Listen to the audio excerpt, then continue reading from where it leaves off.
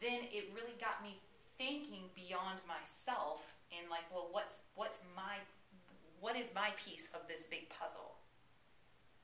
And how much am I missing out on the ease of life because I think it's supposed to show up a certain way or happen a certain way?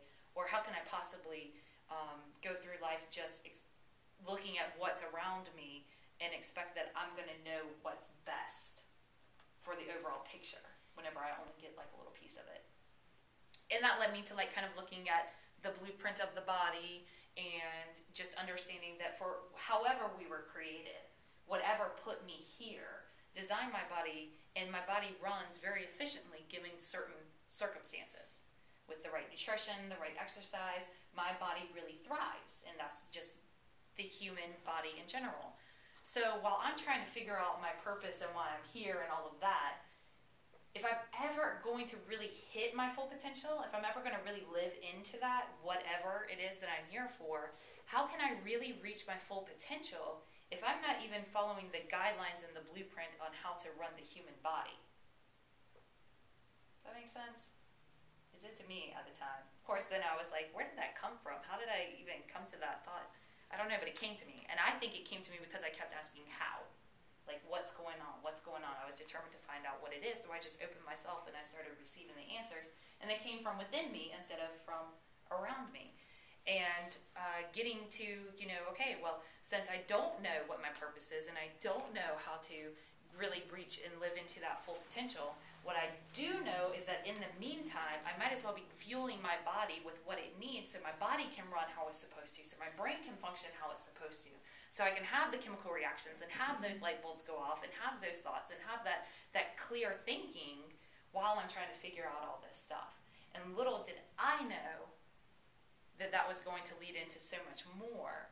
But it all began, if you listen to everything that I've just shared with you, it all began with becoming aware of myself, aware of my individuality, aware of my uniqueness, aware of the fact that there's only me, and aware of the fact that my potential or the possibility of me living into my full potential it's factored beyond just knowing what my purpose is. It's factored beyond just simply having motivation. It actually all kind of synergistically works together as this amazing machine called the human body, given the right circumstances. But I couldn't pretend to be in my full potential if I was still kind of not following the stuff that I did know. So while I'm searching for what I don't know, I'm going to start implementing what I do know. And once I started implementing that, when I took the blinders off on what I ate, then as I started implementing these things and discovering these things about myself and thinking deeper and deeper and deeper into that whole what's going on here way of looking at things, that's where things really started to shift and I became more aware. And I'm talking like more aware beyond, my self-talk.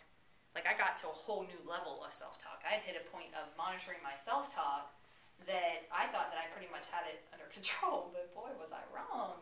I had like a whole new sneaky level of self-talk that had kind of snuck in there, a whole new level of stories that I started unraveling and revealing about myself. But it all begins with awareness.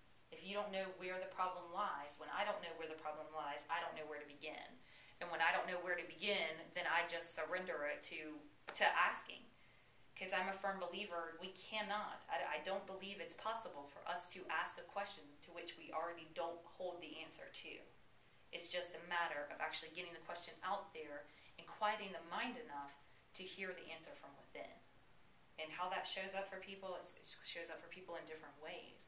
But if you don't know that there's two conversations going on inside you, one controlled by the head and one that's controlled by the heart, you're not ever going to hear what your heart's trying to tell you if you're always letting your mind override it.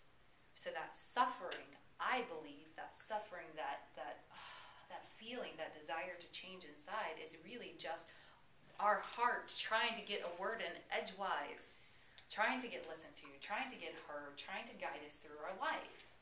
But we have blinders on how it's supposed to look and how our guidance is supposed to look, but we've been listening to up here for so long we don't even know that down here has a voice. We've just kind of conditioned ourselves out of listening to it to keep us safe and to keep us secure and to keep us comfortable.